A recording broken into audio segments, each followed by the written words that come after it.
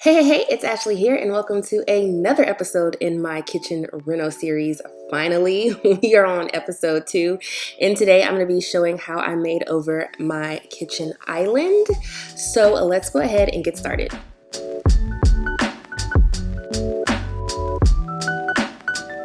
Alright, so real quick before I start this, so I'm going to explain what I'm doing. So this island right now is really plain Jane looking. And you guys know I'm all about character, so I'm gonna add some boards on here. So the first thing I'm gonna do is I'm gonna be getting rid of this trim piece here. So it's a trim piece on this side. I know it's a trim piece over here too.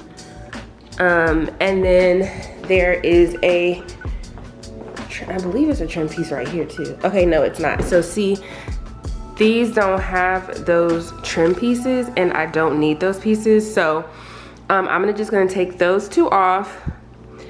And then I'm also gonna take the shoe molding, I believe that's what you call it. I'm gonna take this off. And I might keep it, but I need to get another piece because over here, it has like a gap. So I have to fix that. So that's why I'm taking this off. And then I'll take the molding off, and then I'll start to add the boards on here and then paint. Okay, so the first thing I did, of course, was I took my measurements. So I also did some sketches, and if I find them, I think they're on my iPad somewhere, I will definitely pop them in. So I kind of had this genuine idea of how I wanted this to look, didn't know how it was gonna work, and that all depended on these measurements. So that's why I'm coming here, and I, of course, am taking the measurements of the whole island.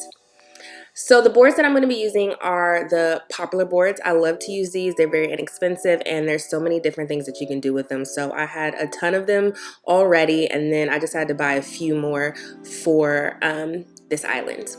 So once I got my measurements of the spacing, I just used one piece of the Poplar board and I just attached it with some painter's tape, and then from there I started to measure out the spacing between all of the rest of them, and then I just added the blue tape so I can remember where it's supposed to be. Perfect! Because then this is going to be our other end piece. So we're going to be able to fit 1, 2, 3, 4, 5, and it's actually going to be 6. So on this side, so I accounted for 5 on this side with my measurements, but now since I'm going to have these edge pieces, it's making it 6. So over here, since we did 5, I was going to do 4 over here. So this is probably going to make it 5, right? Okay, I'm thinking too hard. Yeah, so whatever, we'll figure it out. And now I'm going to move that end piece and put it on this side so I can do this side. Okay, so when I thought about it over here, I felt like if I had an end piece, this same piece over here, it would look a little weird because then I have to figure out how to close the gap, which I'm pretty sure I could probably find a molding piece to do that. So instead of doing that, I'm just gonna keep that piece here, and then I'm gonna come and move this over the amount of space that I measured out and then go from there. Okay, so like I said, I thought that I was not gonna do it this way, but I actually ended up, I am gonna add a piece right here, but here I'm just measuring it out a different way. But there will be 2 pieces conjoined, which I'll show you later on in this video, and it worked out perfectly, so yeah. But anyways, I'm just still going around and I'm marking my measurements, but this totally switched up, and you will, again, see that later in this video. So now I'm just taking the boards and I'm just kind of putting them in place, just making sure this is exactly what I want. So the next thing I did was I did get rid of the shoe molding. It was just messed up in some areas. So anyways, I am getting rid of this, and I used a different trim piece. I forgot the name of the trim piece. I'll pop it up here if I remember, or I'll just put it in the description. But anyways, yeah, so I'm just taking this off carefully. It was fairly easy to remove this, and again, I'm gonna show you in the next part of this video me cutting out the new trim pieces that I got.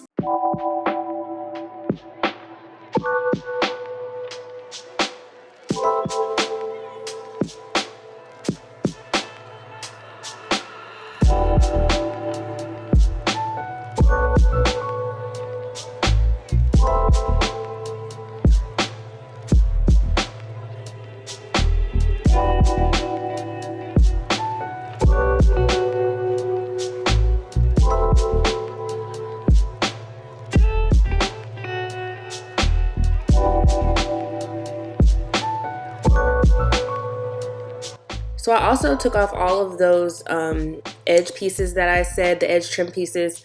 They were really easy to come off, so all of them that were on the island, I removed those.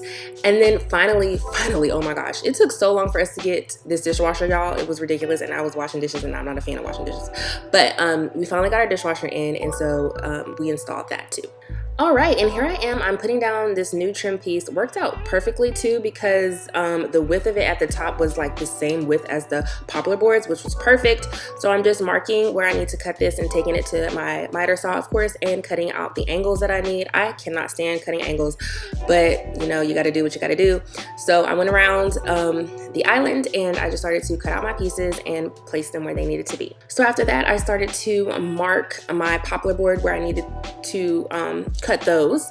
So fairly easy, just marking my position, going, cutting it, and bringing it back in, making sure it looks good on the island. Okay, so after I got all of these into position, I was contemplating on how I really wanted this to be. So this is what I kind of wanted it to be like, because I didn't want to cut angles.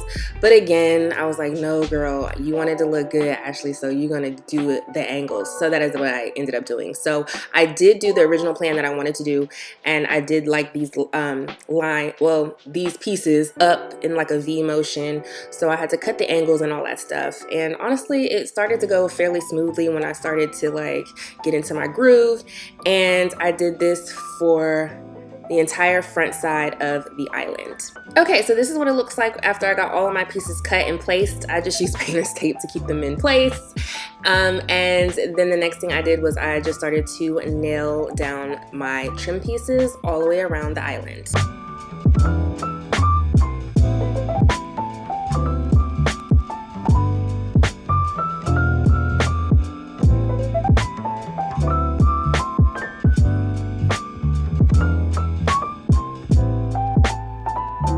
Okay, so after I nailed the trim pieces on, the next thing I did was I started to, of course, nail everything else onto the island. So I did the straight pieces, and after I did the straight pieces, I did the like V slanted diagonal whatever pieces. And I should have used a level, but I didn't. I just used my eye, and honestly, I have a good eye, so they were pretty straight. So I went around the island and I just started to do my thing, and this went by really fast.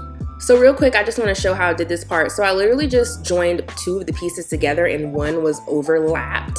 So I did it like this because then I can take my putty and I can seam up the line and you won't even see it, and it'll just look like it's flush together, because at this point I did not have my table saw and I did not want to use my circular saw to cut anything. So I did it like this and it worked out perfect.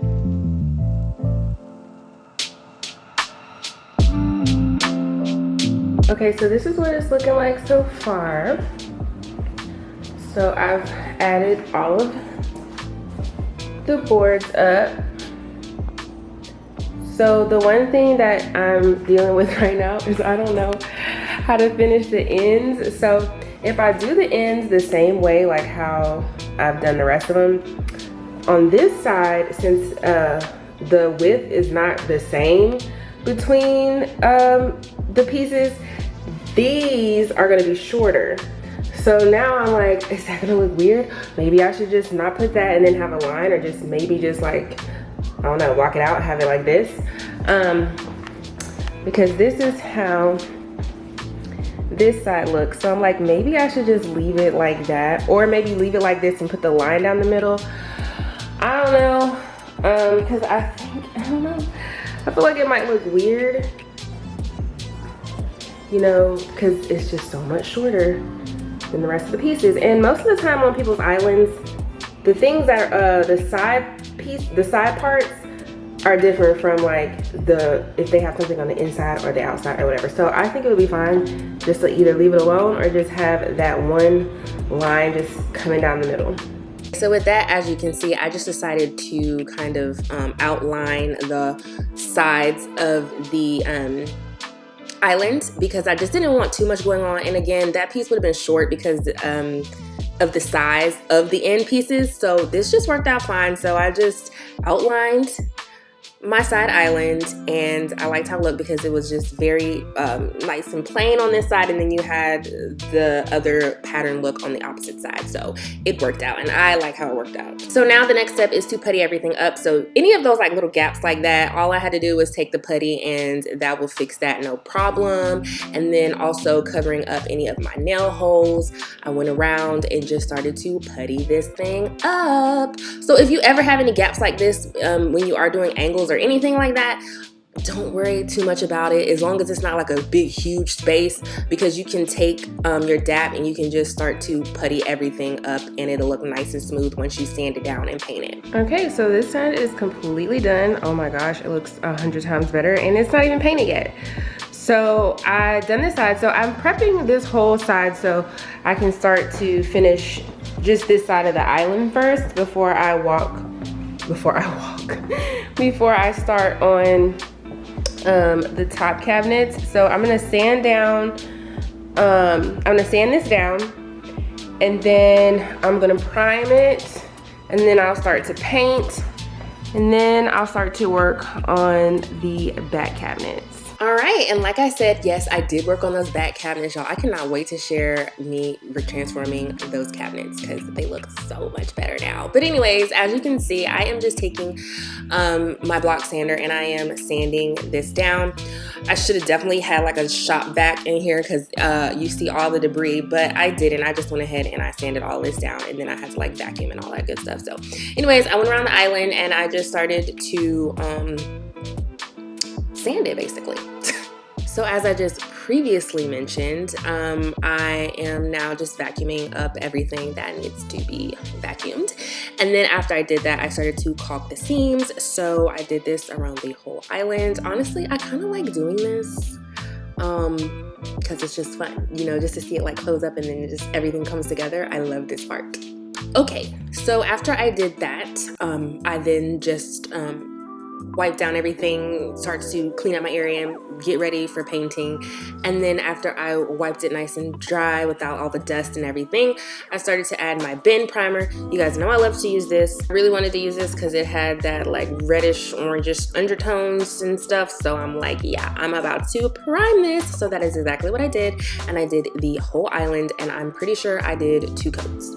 So the next thing I decided to do, since I put the paint on, now you can see the grain of the wood very well. So I just started to go around and I took my putty and I started to putty in all of those areas. And then after that, of course, I came back in and I sanded everything smooth. And then I said that I did another coat, but obviously looking at this, I did not do another coat, and I just went ahead and I started to paint this with my Fusion mineral paint. This is my first time using Fusion, and I absolutely love it, and I absolutely love this color. It is eucalyptus, and it is so beautiful, and I did the whole island this color, and I'm just so in love. I love it so much. I will have this color linked down below if you love it too. But yeah, this paint was really easy to use. I think I used about 2 of these to do this island, if I can remember. I'm pretty sure I used like 2 of these to do it, and I just took my time and I rolled it, and I think I did, I'm pretty sure this, for real y'all, I did like 2 coats on this island. And that is it. That is all I did to transform this island. I absolutely love how this turned out. It is just such like a statement thing when you walk in the kitchen and you're just like, oh, that island is cute, girl. Especially because it's not like an island where you like have chairs and people can sit in. It's just like an island that was just like plain. So I just could not just paint it. So I love how this turned out. I hope you guys did too. If you have an island like this, or if you have some other thing, or I don't know, in your kitchen like this is something that you can do. So I hope you enjoyed this video. If you did, as always, make sure you give it a big thumbs up. Make sure you comment down below to let me know what you think, and I will see you in my next one. Bye.